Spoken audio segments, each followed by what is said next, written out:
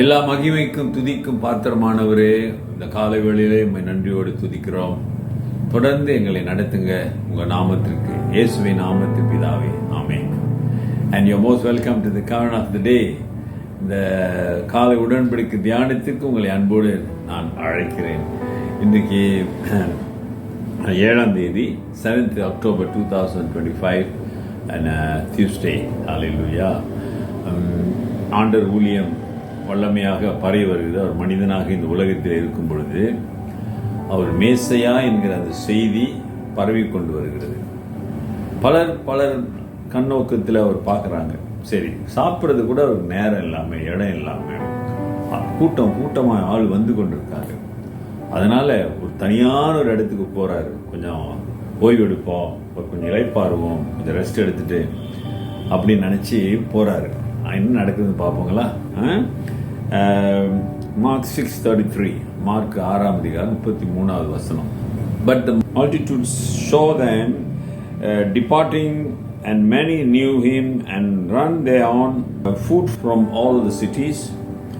They arrived before them and came together to him. Hallelujah. அவர்கள் புறப்பட்டு போகிறதை ஜனங்கள் கண்டார்கள். அவரை அறிந்து அநேகர் சில பட்டணங்களில் இருந்து கால்நடையாக அவ்விடத்திற்கு ஓடி அவர்களுக்கு முன்னே அங்கே சேர்ந்து அவரிடத்தில் கூடி வந்தார்கள். ஹல்லேலூயா. ஆச்சரியமான ஒரு காரியம். ஜனங்கள் ஆவலா வந்துட்டாங்க, அவரை தேடி வந்து கொண்டு இருக்கிறார்கள். ஆண்டவரோ ரொம்ப டயர்டாகி ரெஸ்ட் எடுக்கலான்னு ஒரு தனியாக ஆள் நடமாட்டம் இல்லாத இடத்துக்கு போறாரு. அவர்கள் போகிறதை அறிந்து எங்க போறாரு அப்படின்னு எப்படியோ கண்டுபிடிச்சிட்டு என்ன செய்யறாங்கன்னா, அவர் வர்றதுக்குள்ள இவங்க எல்லாரும் அந்த கூட்டமே அங்க போய் அவருக்காக காத்திருக்கிறாங்களா. அல்லேலூயா. அருமையானவர்களே, இயேசுவை பார்க்க வேண்டும் என்று சகோதரி நினைத்தான், முடியவில்லை. ஆகவே முன்னாக அந்த கூட்டத்தை கடந்து முன்னாக ஓடி மரத்தில் ஏறி அவரை பார்த்தான். அதனால அவனுக்கு ஒரு பெரிய சந்தோஷம், ரட்சிப்பு வந்தது. சரி, இயேசு போயிட்டாரு, எங்கேயோ ரெஸ்ட் எடுக்க போயிட்டாரு, எங்கேயோ போயிட்டாரு, சரி நாளைக்கு பார்த்துக்குவோம், இல்லாட்டி வேற எப்பயாவது பார்க்கும்போது கவனிக்கலாம் அப்படின்னு நினைக்காம, மனிதர்கள் அவர்களுடைய அந்த நோக்கம் எப்படியாவது இயேசுவை பார்க்கணும், சுகம் அடையணும், விடுதலை அடையணும், ஆசீர்வாதம் பெறணும்னு நினைச்சு வந்தவங்க அவரை விடாமுயற்சியாக அவர் இருக்கும் இடத்தை தேடி போனார்கள். அவர்கிட்ட போயிட்டா நிச்சயம் அவர் விடுதலை சுகம் கொடுப்பார். அவர் நம்பி ஜெபம் பண்ணும்போது, அவரை நம்பி வேண்டும் பொழுது, எப்படியாவது எனக்கு நன்மை கிடைக்கணும்னு நான் ஜெபிக்காம அவர் தான் எனக்கு நன்மை செய்ய முடியும், செய்யணும்னு சொல்லி அவர் பாதத்தில் விழும்போது அவர் நிச்சயம் செய்வார். அருமையானவர்களே, நம்முடைய ஆவலையும் இயேசுநாதர் மேல் வைத்திருக்கிற நம்பிக்கையும் நிச்சயமாக ஆண்டவர் பார்க்கிறார். விசுவாசத்தை வைத்து அவர் செயல்படுகிறார் என்றால் அது மிகையாகாது. அறிந்தவர்கள், இயேசுவை அறியாதவர்கள் வேற. புரிந்து கொள்ளுங்க. வசனம் தெரிந்தவர்கள் வேற, வசனம் அறியாதவர்கள் வேற. வசனத்தை அறிந்தவர்களுக்கு நியாய தீர்ப்பு வேற, அறியாதவர்களுக்கு நியாய தீர்ப்பு வேற. வித்தியாசம் இருக்கும். ஆமாதானே? அழகா நீ ஆண்டவர் சொல்லி இருக்கிறார். பல இடங்களில வசனங்கள் இருக்கிறது. ஆகவே கர்த்தரை அறிந்த நீங்களும் நானும் என்ன செய்யணும்? அவரை அறிகிற அறிவிலே, அவரை விசுவாசிக்கிற, அவரை தொடர்கிறதுல ஒரு ஆர்வம் இருக்க வேண்டும். அல்லேலூயா.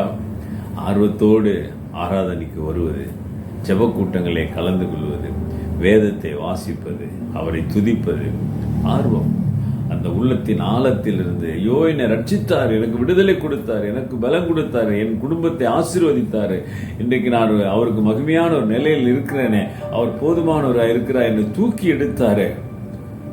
ஆமாதானே? எப்பயோ அழிந்திருக்க வேண்டியவனை நான் என்னை தூக்கி எடுத்தாரே என்று சொல்லி அவருடைய நாமத்துக்கு மகிமையாக வாழுகிற ஜனமாக இருக்க வேண்டும். அல்லேலூயா. நீங்க யார் கூட சேர்றீங்க, அது ரொம்ப முக்கியம். ஆமா தானே? யாரு கூட சேர்றீங்க? ஏன்னா சரியானவர்களோட சேரலன்னா அவர்களுடைய தாக்கம் உங்களுக்கு வந்துவிடும். ரொம்ப கவனம். சங்கீதம் 1 படிச்சு பாருங்க. ஆண்டவர் சொல்றார், சும்மா உட்காந்துருக்க கூட போய் உட்காந்து பேசாத பழகாத, அது உனக்கு சாபமாய் மாறிவிடும். அப்ப நீ யாரோடு பழகுகிறாய், யாரோடு பேசுகிறேன்னா அந்த சிந்தனைகள் உன்னை தாக்கும் பொழுது என்ன செய்யப்படுவ? பின்வாங்கி போவ. ஆண்டவருக்காக ஓட வேண்டும். இப்ப அந்த கூட்டத்திலே கொஞ்சம் பேர் என்ன செஞ்சிருப்பாங்க, சரி பாவம் போயிருந்தா அவங்க கூட கொஞ்சம் போயிருப்பான், இல்ல அவரை பார்க்கணும், அவர் கட்டாயம் பார்க்கணும், எங்கதான் போயிருப்பாரு அப்படின்னு சொல்லி கொஞ்சம் பேர் வந்தாங்க அவரை பார்க்கறதுக்கு. You see the differences. ஆகவே விசுவாச வாழ்க்கையில உன்னுடைய ஆன்மீக ஓட்டத்தில் உன் கூட இருக்கிறவர்கள் யாரு, உன்னோடு பழகிறவர்கள் யாரு, அதுல கவனமாயிருங்க. ஜெபிப்போம். ஆண்டவரே, இந்த கால வேளைக்காக நன்றியோடு உம்மை துதிக்கிறோம். ஜனங்கள் ஆண்டவரே உம்மை தேடுகிறார்கள் மண்டே வர. இன்றைக்கும் ஆண்டவரே அநேகர் தேடுகிறார்கள். அவன் ஜெபங்களை கேளுங்க.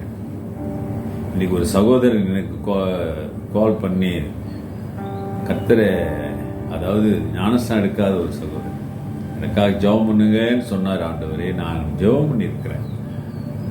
அதே போல உன்னை தேடுகிறவருடைய ஜெபங்களை கேட்டு பதில் கொடுங்க, ஆசீர்வதியுங்க. அவன் வாழ்க்கையில் ஒரு அற்புதம் இயேசுவின் நாமத்திலே நடப்பதாக. கடந்து போங்க ஆண்டவரே. ஒப்பு கொடுக்கிற பிள்ளைகள் மீது உடைய வல்லமை கடந்து செல்லட்டும். ஆசீர்வதிக்கிறேன் இயேசுவின் நாமத்தில் பிதாவே, ஆமென். நமது ஆண்டவராகிய இயேசுவினுடைய கிருபை, பிதாவின் அன்பு, பரிசுத்தாவின் ஐக்கியம் உங்களோடு உங்களை ஆசீர்வதித்து காப்பதாக. என் ஆத்துமாவே கர்த்தரை ஸ்தோத்திரி, என் முழு உள்ளமே அவர் பரிசுத்த நாமத்தை ஸ்தோத்திரி. என் ஆத்துமாவே கர்த்தரை ஸ்தோத்திரி, அவர் செய்த சகல உபகாரங்களை மறவாதே. ஆமென். Dear brother and sister, அவரை தேடுகிற கூட்டத்திலே நீ இருக்கிறாயா, அல்லது அவர் விட்டு விலகி போகிற கூட்டத்திலே நீ இருக்கிறாயா? Take care and God bless.